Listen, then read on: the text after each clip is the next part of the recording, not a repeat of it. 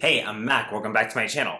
So today I just want to do a little bit of clarification on why I feel like it's important to talk about Rachel Hollis and to do so in a thorough manner that kind of draws the links between her behavior and her beliefs before and her behavior and results of those beliefs now, because well, that's what I'm going to explain. Gonna just explain why I'm such a hater and why what she did is not just specific to her. It's a system, it's a whole industry, and it is not just some little mistake or whatever. It's not just hating on her for making a mistake. It's something much bigger than that. Self-help, personal development, fake gurus, and lifestyle coaches are a huge problem. People pay a lot of money for their services, conferences, courses, webinars, and they are at best unhelpful, and at worst, they are very harmful. They may also keep someone from actually seeking out qualified help and education that they actually need that would actually help them, and instead it has them waste their time and money that could have been spent on more practical and specific resources. And another reason here is, when you're one of these gurus, your success, or more accurately your illusion of success, is what gives you credibility. People believe that these lifestyle coaches and self-help authors will be able to help them because they accept the largely fabricated and invariably indefensibly vague stories these gurus and coaches tell to establish their little backstory, due to the fact that the vast majority of the time, these people have never been able to strike it big in anything other than telling other people supposedly how to strike it big. So let's look at where Rachel Hollis is now then. Rachel Hollis, in her meltdown over the past 12 months or so, represents an enormous opportunity for this purpose in examining the reality. We have hours and hours and hours of conference recordings, podcasts, and video content where she provides all the absolutely terrible advice and harmful beliefs in detail. And then we have some content publicly available that shows the consequences of those terrible beliefs for her. Which creates a very clear picture of how unqualified these lifestyle coaches and self-help promulgators are. If your dream is to have your first totally unfulfilling relationship with an absolutely garbage man who doesn't respect you whatsoever become your first marriage, and having it lasting 18 years and occupying the ages of 20 to 38 for you, which you will never get back, by the way, and maybe also to have 4 children with him before you get divorced, but not before you sell a bunch of people some advice about marriage, and about ostensibly how to not get divorced right before you get divorced, okay? Which then leaves you not knowing how to date or even kiss, and talking about it online like a 12-year-old girl, but a more stunted, emotionally 12-year-old girl, and you're talking about it because you're trying to avoid acknowledging how you have absolutely garbage takes on class and race. Then if that is your dream, then I know the perfect person who can tell you exactly how to make that dream a reality. But if that doesn't sound like the exact dream, if that doesn't sound like your best life, then I would highly encourage you not to listen to Rachel Hollis. And if you ever find yourself sounding like her or doing something she recommends, consider doing and saying the opposite from that moment forward. I think all of us who are very critical of the self-help industry and who are aware of its harmful effects and questionable practices We could have told you that this would eventually all come crashing down for her, because that's what happens when you live a lie and practice toxic positivity and say everything is fine when it is not. Famously, Dave told Rachel that an upcoming opportunity, she had a 3% chance of getting it. Not the best way of putting it, granted, probably. And it sounds like he wasn't just saying it as an honest assessment. It sounds like he was kind of being a douchebag. However, when Rachel successfully did get this opportunity, she actually had a bracelet made with a charm saying 3% chance. I could have told you right when I heard that they would be getting divorced, probably in the next 10 years, if not the next 5 years. There is no way you can have a remotely functional marriage when there is that much spite and resentment. That was a lot of effort put into having a piece of jewelry made to hurt and gloat at your husband that you're kind of supposed to love. That represents so much unresolved anger, spite, and resentment that a marriage cannot and will not survive.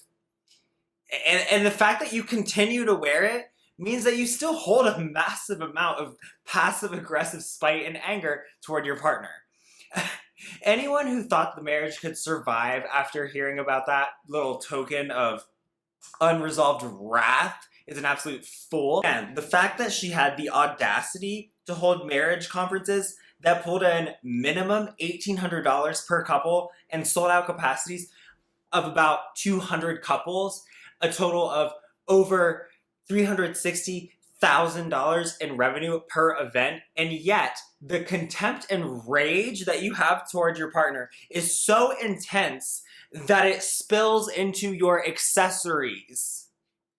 Selling marriage conferences at $360,000 in revenue a piece when you are wearing the contempt and resentment as an accessory is just a single example of how this is not just messing up or making a mistake. This is a personal foundational flaw that refusing to listen to anyone else and the arrogance of thinking that you have all the answers despite being told over and over and over and over by countless people that you don't, and going a step further to sell them to people who believe you based on the impression that you craft with your content and your charisma and the confidence when you speak. Okay? So my next thing, I want people to be more critical consumers of the media that they see, because clearly they weren't with Rachel Hollis. Curated imperfection is uniquely insidious and extremely deceptive. It is such a problem form of content.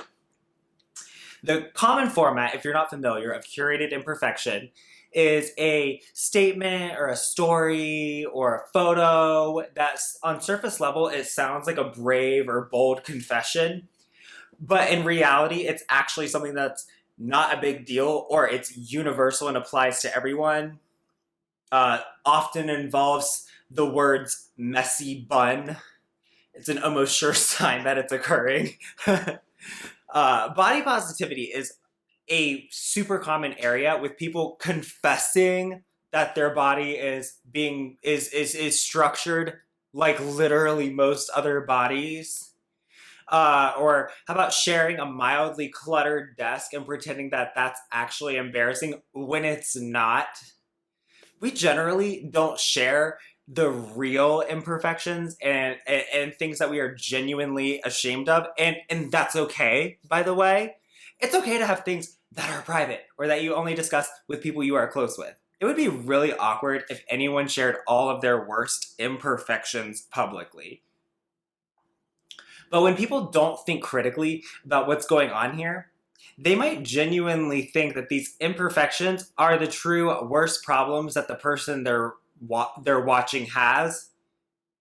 And they might perceive you as actually being more authentic and, dare I say, relatable than other influencers, when actually curated imperfection, it's a more deceptive style of content.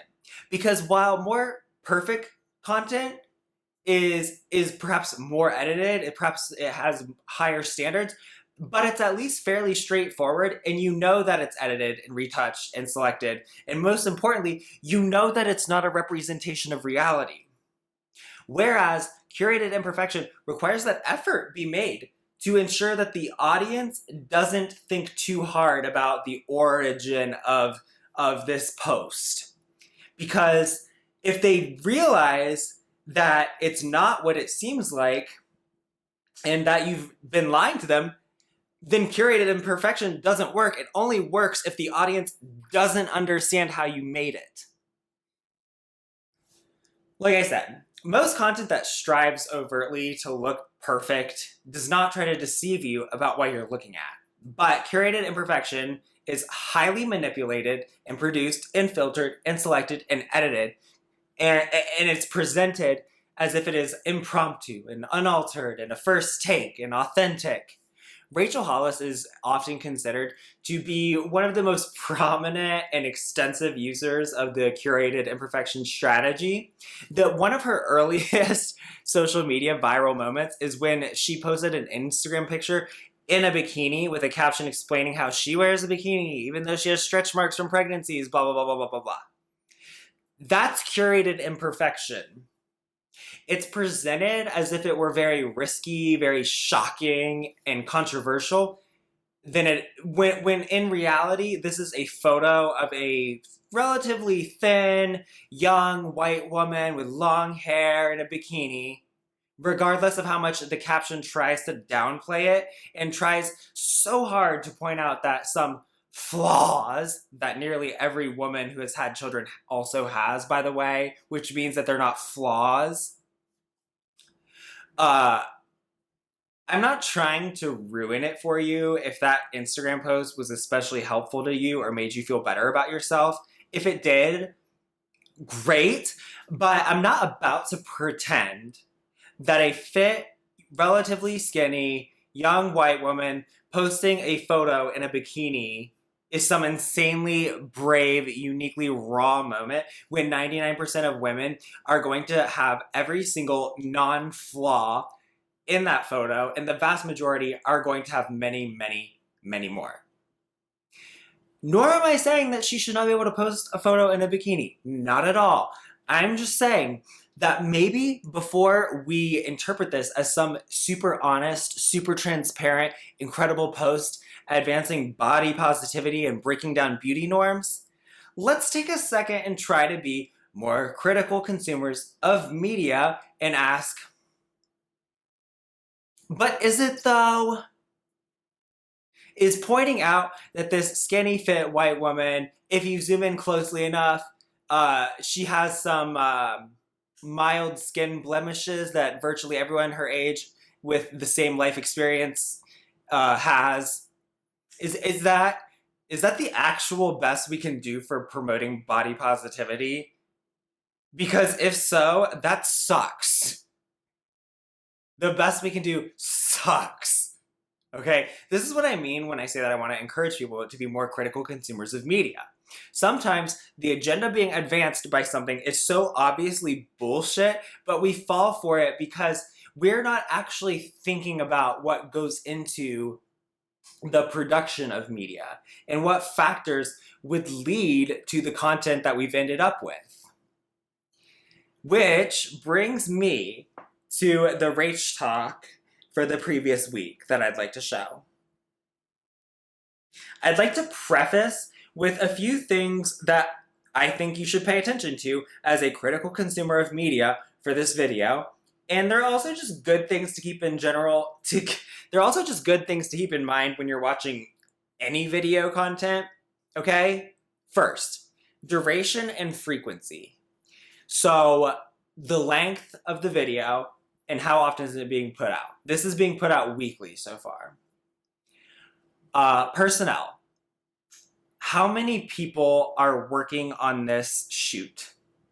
How about the setup? Is it single camera or are there multiple cameras? How much work went into creating the set?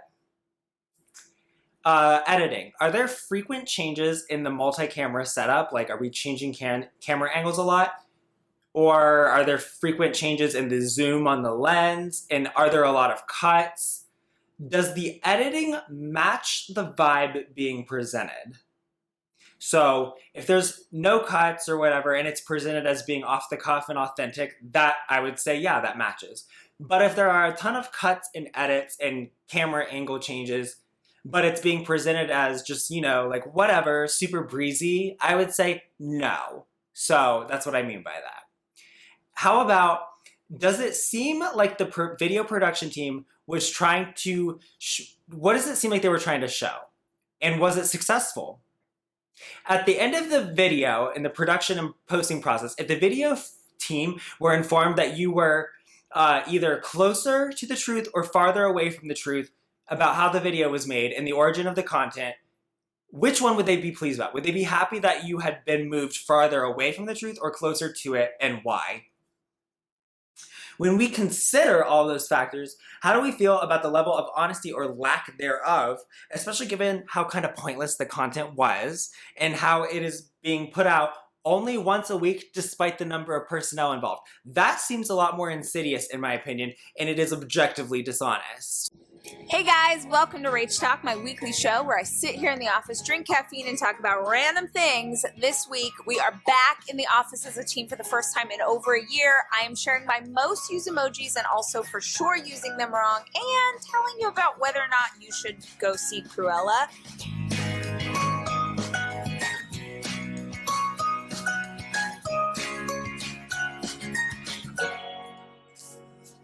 Yeah? Just jump in. Just jump on in, okay? Let's jump into the fact that for the first time in over a year, there's a group of people in an office here, which is real exciting.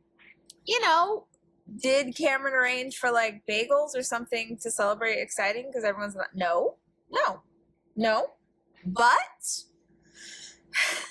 we're here for the first. You know, like a year ago, I would have thought she was joking. I don't now. Since March of 2020, which feels bananas.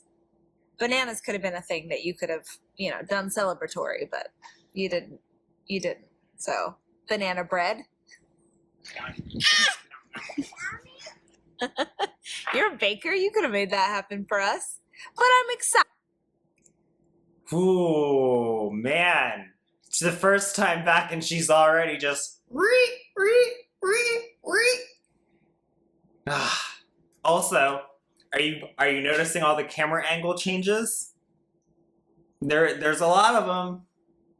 I did, is what I'm saying. I'm excited to be here. I'm excited to be back. It's just gonna take me a minute. It's gonna take me a minute.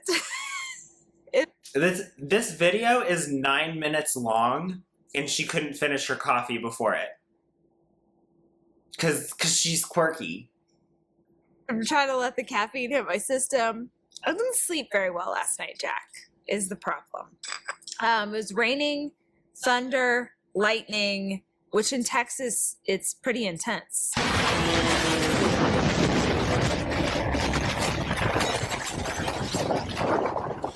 So I stayed up a lot longer than I would have wanted to. And then I did the thing that I never want to do.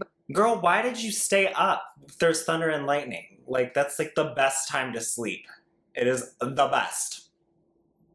But we'll do in an emergency. Take a melatonin. Right. And how do you feel about melatonin? Doesn't do anything for me. I love it. Do you? Nuh-uh. That can't be good for you every night. Only once a It's fine. title. So it works, but it will make me so groggy the next day, which is why. Girl, you are groggy because you didn't sleep enough last night. You just told us. You just were talking about how you didn't sleep very much last night, and then you took a melatonin.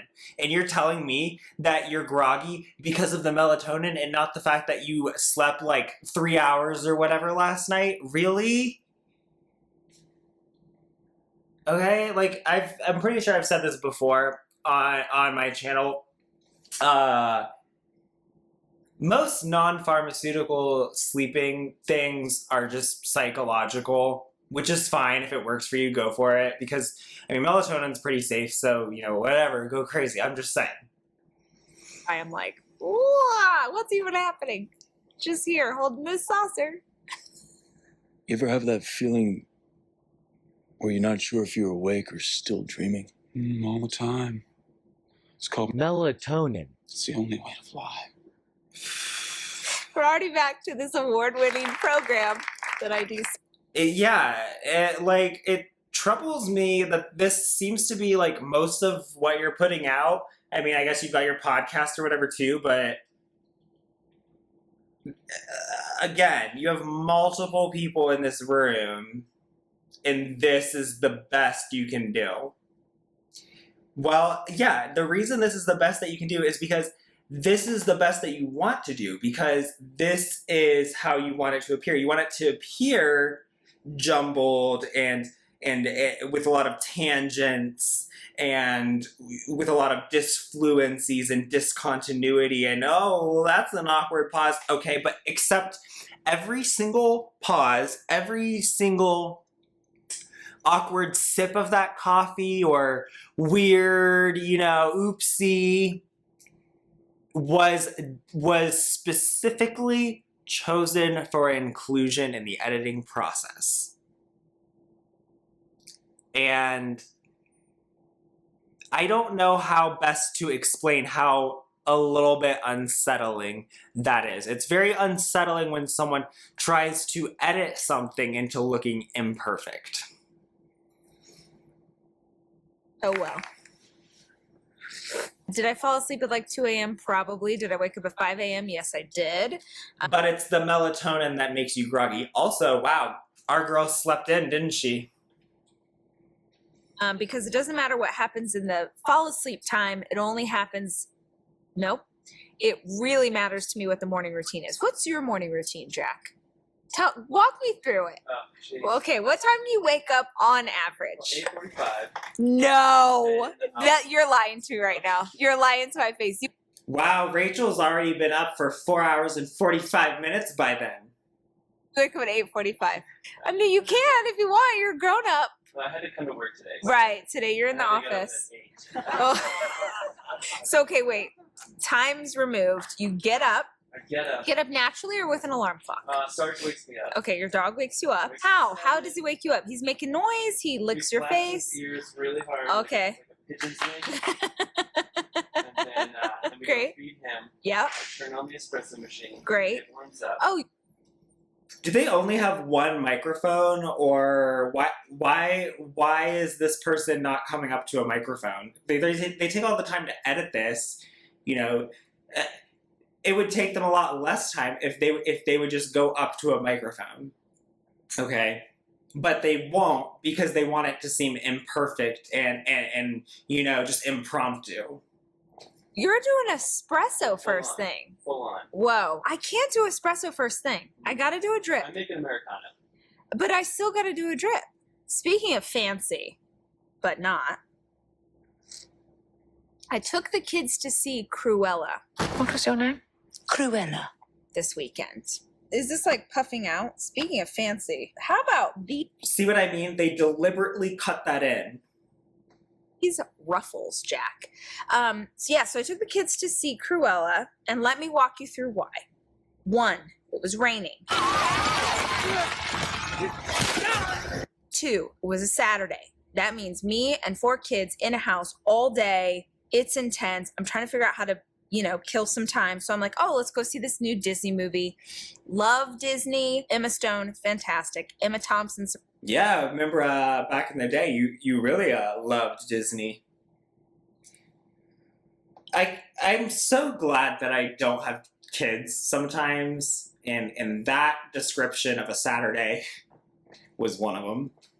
Surprise, I didn't know she was there. She's great in it. I don't want to give it away, but essentially, you're going to think I'm making this up right now, and I'm not.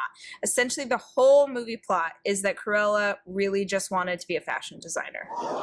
Have you not actually read or the books or seen the other movies or yeah, that's the plot. I'm not lying about that being the plot of this movie. We know. What did you think it was going to be? That's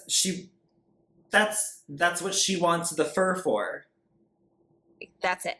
Whoever did the costumes in that movie, you deserve an award. I love good costume design. It makes a movie. How many rocks are there? 2. 2 the rocks. Is 5 rocks the best or is 5 rocks the worst? Because for me, that would be the worst. The kids went and saw King Kong versus Godzilla, which I'm going to be honest, I'm pretty disappointed that they went without me. Whatever. Why didn't you just go see it then? Then you could have seen the movie with your kids, and then you would have been together, and you would have gotten to see the Godzilla movie. Like, so why didn't you just go? Ford loved that one. He said it was his new favorite movie, and the boys were like, "What were you watching?" There's just some interesting stuff coming out in theaters right now. Don't worry, there's lots more bad things coming. Honestly, for a chance to get out of the house and go somewhere in a socially distanced, we're watching this movie together, and it was a matinee, so it cost like $5. Great, let's go. Thank you. Okay, what Oh, she probably took the dude with the. Okay, I get it. else am I supposed to talk about? Man, Jack has got his work cut out. Here, let me give you some like, wow. Okay, see what I mean? This was deliberately and specifically included at, this duration of the banter, included at specifically this time. Like, there's nothing accidental in here. Nobody tell Kimberlea. That's all you need, right? I know. Well, I already know for a fact my number one most used emoji is something that producer Lauren already told me that the kids think is lame. The kids, which is It's gonna be the laughing till crying one. Yeah, that's a millennial and older thing. laughing crying one. Yeah. That's all I use. Everything is laughing crying. So 100% top left corner, laughing crying. Right below that, double pink hearts. I feel really cool. Raising the roof. Oh, I do okay. I use the laughing crying most, but my favorite emoji is this one. The grimace. I use that all the time. And basically, if you make me laugh, You make me do that all the time, Rachel.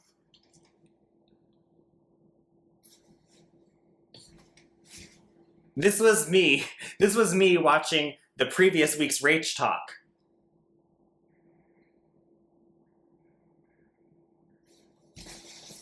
all, you're getting laughing crying. Because I want you to know, man, I really LOL'd. And then double pink hearts. Because I text a boy a lot, and then I send him those hearts. That's what you send him? Why? Why don't you just send the red one? Why don't you just... See, I don't ever send that to guys. I always send the winking and blowing a kiss one. I think that's like, it's like cuter. Because it's got a heart in it, but like it's also like, mwah, it's cute. It's cute stuff. Hey, don't judge me. I got laid today, okay? And so first, I went into the kitchen, and then he went out on the porch, and I was like, wait, bitch, I know what this means. And so I follow him onto the porch, and then...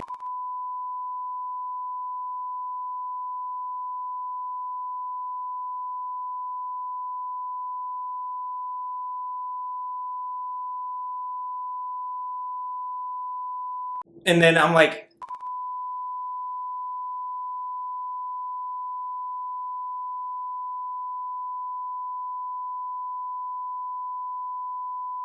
And like...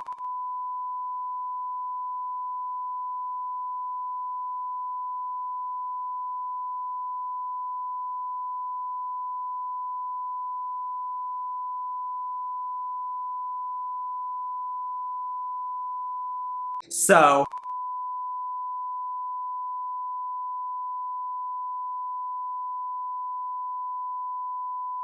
Yeah, I guess she just... You'd be there.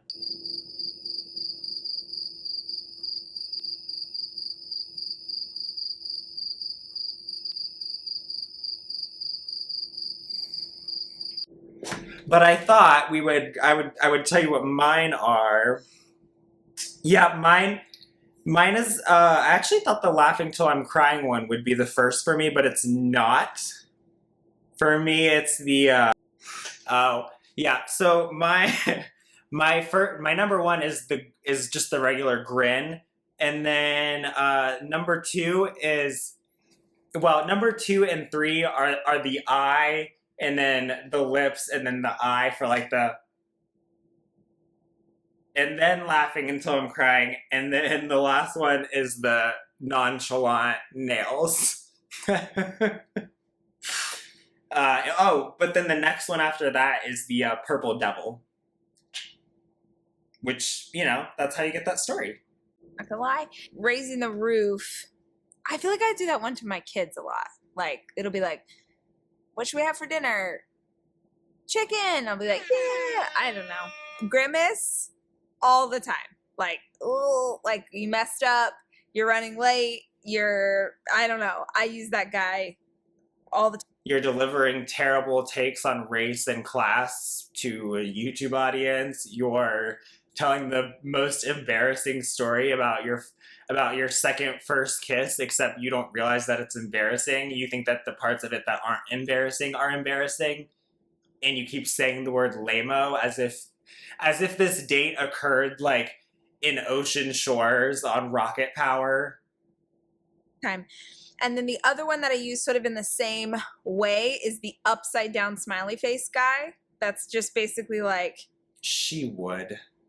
literally, I was dog sitting for Dave, and the dog, I still don't know what Jeffrey got into, but I walked into my bedroom and it was like the longest day. Like I think we had stuff.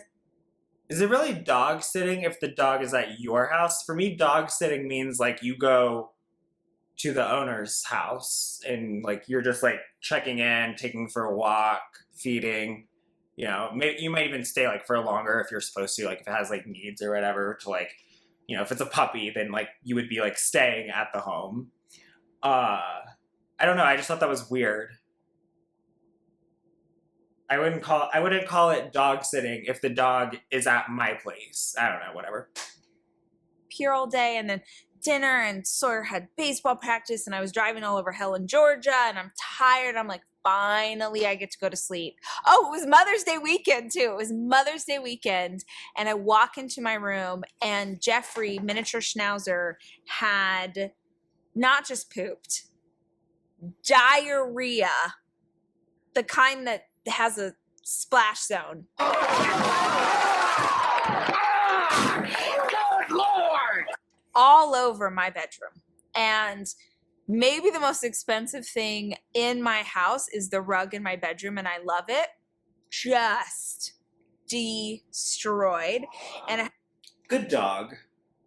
have a white chair in my room, which is a bold choice with 4 kids. Did he aim so that it also the chair? Yeah.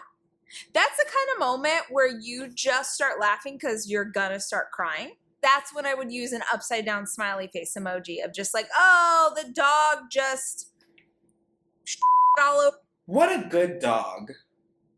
over my room. Ha! And it's like upside down smiley face. That to me, that smiley face is like, I'm about to lose my mind's already lost. It's gone. There is So glad we're having this chat.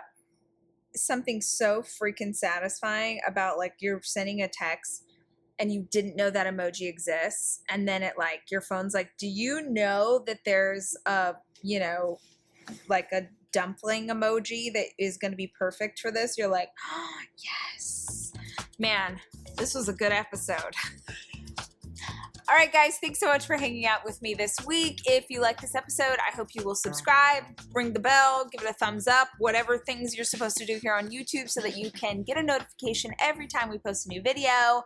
And until I see you next week, remember, I love you and I'm rooting for you.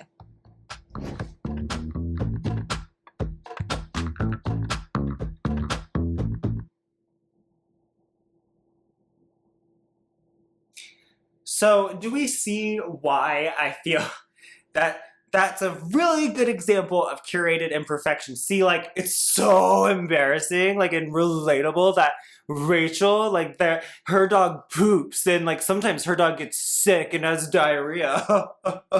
No one else's dog poops or has diarrhea.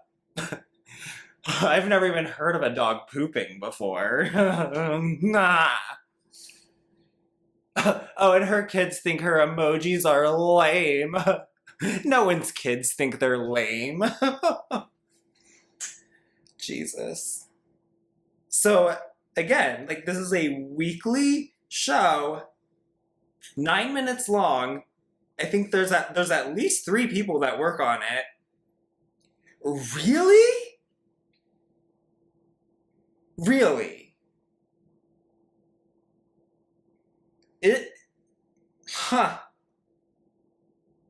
So, yeah. So that's why I feel like it's important to talk about Rachel Hollis, so that you know that while, you know, the tea and the drama is part of it, part of the reason that we get why the tea and drama is useful is the fact that it's such a perfect story, a perfect way to show this is what these self-help people say, and then this is what happens when they apply their own advice. And she's just it was a uniquely public meltdown, and it's just so, like, you just point to one thing and then you point to another thing. And I'm probably going to be doing that, you know, in more detail sometimes at some point. I don't know if the next video is going to be on Rachel again. I think I'm probably going to do a different topic, but there will be another Rachel video eventually at some point, probably sooner than I expect, where I can you know, dissect more things to show, like, hey, this is why this is such bullshit. This is why it doesn't work. This is how you know, etc., etc. Yeah. Ugh, I hate self-help. So terrible. Oh, and I'm also going to be doing, like, a video that does a more detailed take on, like, why I think self-help is such a dangerous and just bad genre. Really, really bad industry. So that's that. Alrighty, guys. I gotta go out on the porch. I've been Mack. Peace out. Bye!